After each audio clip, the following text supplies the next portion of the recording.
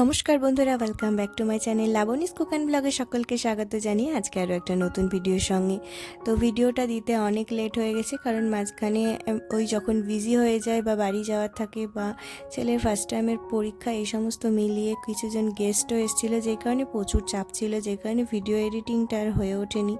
তো বাড়িতে যাওয়ার ফলে তোমাদের ভাবলাম যে আমার শ্বশুর বাড়ির আজকে রুটিনটা তোমাদের সাথে শেয়ার করি। তো সকালে উঠে যেরকম ফ্রেশ হয়ে সেরকম মুখ টুক ধুয়ে ফ্রেশ হয়ে নিচ্ছি। ঘুম থেকে ওঠাটা একটু লেটেই হয়, কারণ এখানে বিশেষ কাজের চাপ থাকে না, একটু যেন আরাম করতে এসেছি সেরকমটা নিজের মনে হয়। তো সেই কারণে একজন যেহেতু পিসি আছে, যে সকালে এসে একদম ভোরবেলা এসে চলে আসে, মানে 6টা, কোনো দিন 5:30 এরকম সময় চলে আসে। সে যেহেতু ঘরের মানে একটু কাজটা করে দেয়, সে কারণে এখানে বিশেষ কাজ থাকে না। আমি তো কাজ খুঁজে খুঁজে বের করি। এখানে আসলেই আমি কোনো জায়গা অর্গানাইজ করছি বা কোনো জায়গা পরিষ্কার করছি, গোছাচ্ছি, এই সমস্তই করে দিই, কারণ মা সেভাবে গুছিয়ে রাখতে পারে না। তো আমি সেটাই আর কি চেষ্টা করি আসলেই। তো যাই হোক, সকালে উঠে গেছিলাম ওই 7টা 7:30 মতো, তারপর ফ্রেশ হয়ে 1 গ্লাস জল খাচ্ছিলাম মোটামুটি। তো প্রত্যেক দিনই আমি খাই 1 গ্লাস, বসে বসে জল খাই। তারপরে কখনো কোনো দিন গরম জল খাই, কখনো বা হার্বাল টি, কখনো হয়তো মিশও হয়ে যায়, তখন আর কি ওই ব্রেকফাস্টটাই একদম ডাইরেক্ট করে ফেলি। তো আজকে আমি আর হার্বাল টি বানাবো, কারণ কয়েকদিন ধরে আমার পেটের বেশ সমস্যা হচ্ছিল, মানে অ্যাসিডিটি মতো হচ্ছিল। তো এই হার্বাল টিটা খেয়ে না বেশ উপকার দিয়েছে। আর এখানে যেহেতু তুলসী পাতাগুলো প্রচুর চারিদিকে বেরোয়, বর্ষাকালে তো আরোই অনেক বেরিয়েছে, তো তুলসী পাতা তুলতে আর মায়া লাগে না, কারণ আমার ঘরে তো মানে টবে একটা গাছ, যেটা থেকে পাতা তুললে মরে যাবে বলে আমি খুব কম তুলি, বাজার থেকে এনেই সচরাচর এরকম হার্বাল টি বানানো হয়।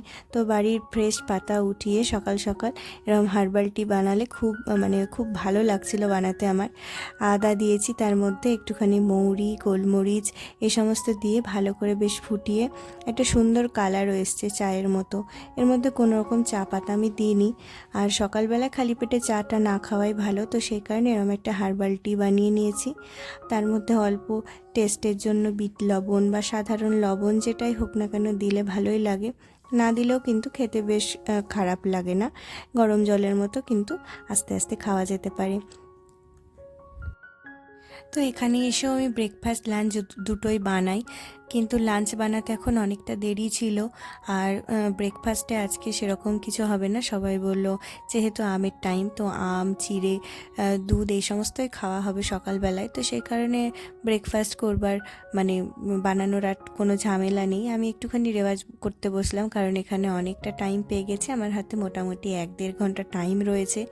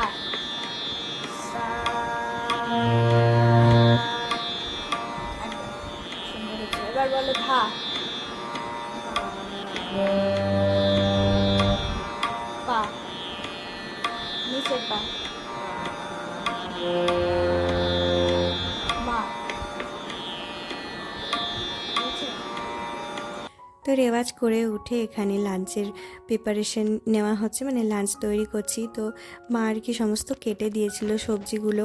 মা বেশ সুন্দর করে সবজিগুলো কাটে গুছিয়ে, আমি অত সুন্দর পারি না। তো এখানে মানে মা যখনই থাকে আমাদের সাথে তখন কিন্তু আর কি সবজিগুলোকে সুন্দর করে কেটে গুছিয়ে দেয়, আর আমি বাস রান্নাটাই করব। আর পনিরগুলো ভালো করে ভেজে নিলাম, কারণ আজকে পনির, আলু আর পেঁপে দিয়ে একটা মিক্স ভেজ বানাবো। আর এদিকে লাউ ভাজা, মানে লাউ না সরি কুমড়ো, চাল কুমড়ো যেটা, সেটা ভাজা করেছি সর্ষে ফোড়ন দিয়ে। আর এখানে হলো ডাল সেদ্ধ হচ্ছে, ডালের মধ্যে আর কি পটল টটল এই সমস্ত ভেজিটেবল দেওয়া হয়েছিল। এটা মোটামুটি সেদ্ধ হয়ে গেছে।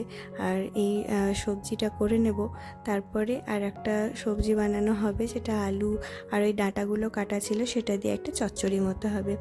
আজকে যেহেতু সোমবার ছিল তাই সে একদম নিরামিষ ছিল, আর পেঁয়াজ রসুনও দিইনি এর মধ্যে। তো চলো এটাতে সবজির মধ্যে জল টল দিয়ে ঢাকনা দিয়ে দেব কিছুক্ষণের জন্য।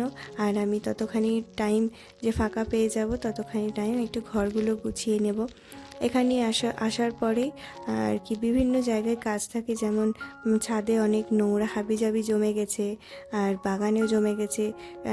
অনেক আসে না যারা আর কি নিতে আসে ভাঙা বোতল টোতল, এই সমস্ত লোহা টোহা লক্কর এই সমস্ত আর কি নিতে আসে। তাদেরকে আমি কয়েকদিন ধরে দেখতে পাইনি, না হলে ওদেরকে দিয়ে ছাদটা পরিষ্কার করিয়ে নিতাম। কারণ ওই সমস্তগুলো জমে থাকলেই বর্ষাকালে আর কি পোকামাকড়ের উপদ্রব হবে, ইঁদুর টিঁদুর বাসা তৈরি করতে পারে। কিন্তু সেই কাজটা আর হয়ে উঠলো না, কারণ হঠাৎ করেই আবার আমাকে চলে আসতে হয়েছিল। তো সেই কারণে তো যাই হোক, চলো এখন বিছানাটা গোছগাছ করে নেব, তারপর বাকি রান্নাটা করব।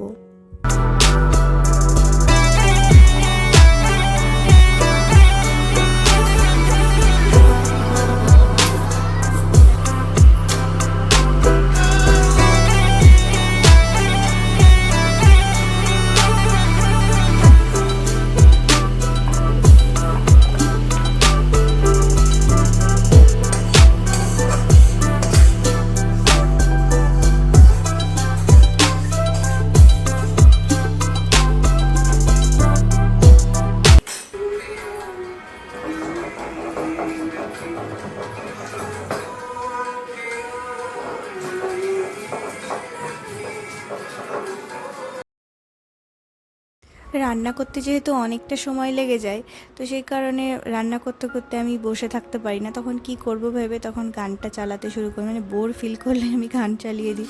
আর গান করতে করতে কাজ করতে তার দ্বিগুণ উৎসাহ পেয়ে যায়, যেরকমটা আর কি করছিলাম। তারপরে মানে রান্নাবান্না হয়ে রান্নাঘর পরিষ্কার করে স্নান করে চলে এসেছি একেবারে ছাদে।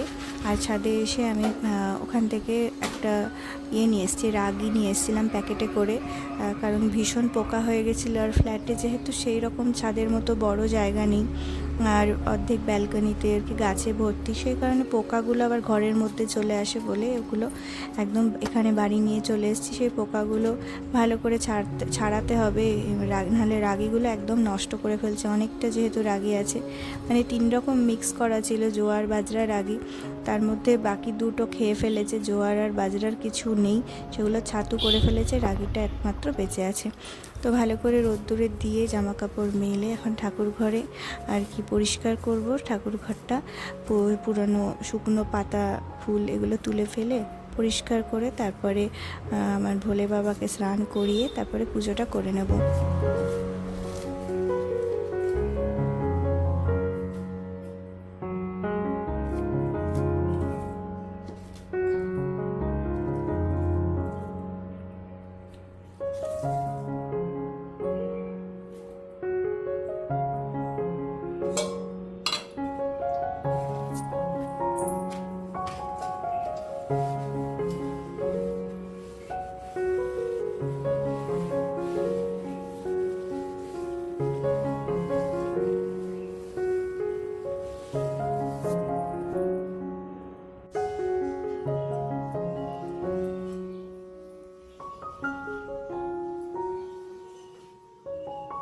পুজো কমপ্লিট করে তারপর খাওয়া দাওয়া করে ঘুম দিয়েছিলাম। নিচে আমাদের আর একটা মন্দির ছিল, এখানে মানে শাশুড়ি মা সবসময় সিঁড়ি ভেঙে ছাদে উঠতে পারে না, তো যাই কারণে আর কি ওই নিচে একটা মন্দির, আমার পুরনো মন্দির যেটা, সেটা আর কি ছিল। তারপরে বিকেলে ঘুম থেকে উঠে একটু রেডি হয়ে নিচ্ছিলাম, আমার মায়ের বাড়ি যাব, সেখানে ঘরে কালার করা হয়েছে তাই দেখতে আসলাম। এখানে কালারগুলো আমি সিলেক্ট করে দিয়েছিলাম, তবে এই ঘরটা আর কি আমি আমার কথা অনুযায়ী হয়নি, তাই আমার এটা ভালো লাগছিল না।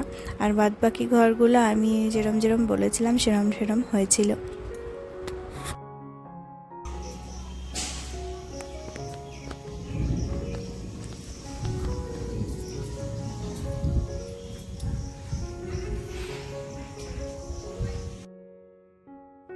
তো ইভিনিংয়ে আবার বাড়ি এসে তারপরে মা আর কি সমস্ত ডাবগুলো ভেঙেছিল, দিনের বেলাতেই ভাঙা হয়েছিল, আমরা সবাই ডাবের জল খেয়েছিলাম, কিন্তু ডাবগুলোর ভেতরে না বেশ মোটা হয়ে শ্বাস পড়ে গেছিলো। তো এই শ্বাসগুলো তো খাওয়া ভীষণই উপকারী, আর এই শ্বাসগুলো খেতেও খুব ভালো লাগে। কোনোটায় পাতলা ছিল কিন্তু কোনোটাই বেশ মোটা হয়ে গেছিলো। তো যাই হোক, পুরো একদম বসে বসে তুললাম, বেশ শক্ত হয়েছিল, তুলতে যথেষ্ট আর কি হাতে জোর দিতে হচ্ছিল। তো তোলার পরে এই যে অনেকটা এক বাটি মতো হয়েছে। তো মা বলল কি সন্ধেবেলায় মুড়ি মেখে খায়, কিন্তু ডাব মানে নারকেল যেহেতু ভারী হয়, মুড়ি মেখে খেলে আর রাতের খাওয়াটা আর হবে না। তো সেই কারণে বললাম না, এটা থাক, কিছু একটা বানাবো। আমার মাথাতে ঘুরছিল যে এটা ডাবের আইসক্রিম বানাবো, তো সেটা আর হয়ে ওঠেনি, কারণ পরের দিন সকালে রাত্রে আর বানানো হয়নি, পরের দিন সকালে বানাবো বলে ফ্রিজে রেখেছিলাম। আর পরের দিন সকালে আমি হঠাৎ করে ফ্ল্যাটে চলে আসি, কারণ 22 তারিখ থেকে ছেলের পরীক্ষা বলে আর কি আমি চলে এসেছিলাম। তো যাই হোক, আর সেটা বানানো হয়নি, সেটা সাথে করে নিয়ে এসেছিলাম।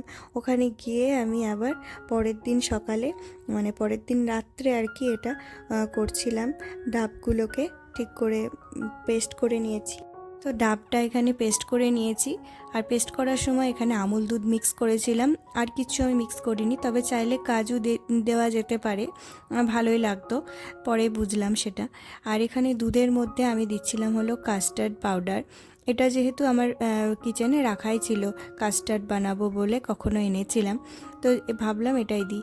তার কারণ হলো আমি তাড়াহুড়োতে গরম দুধের মধ্যে ডাইরেক্ট আমি কর্নফ্লাওয়ার দিয়ে ফেলেছিলাম, কিন্তু আমার সেটা ভুল হয়েছিল।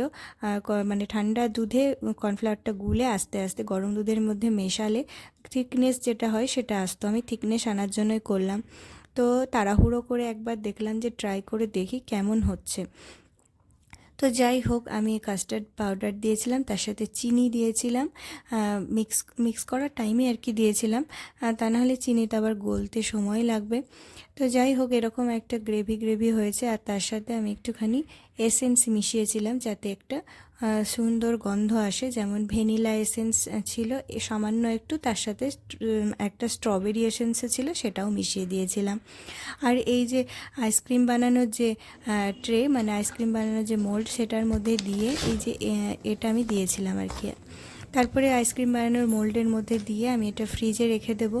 আর এটা বের করার পর আর ভিডিওটা করা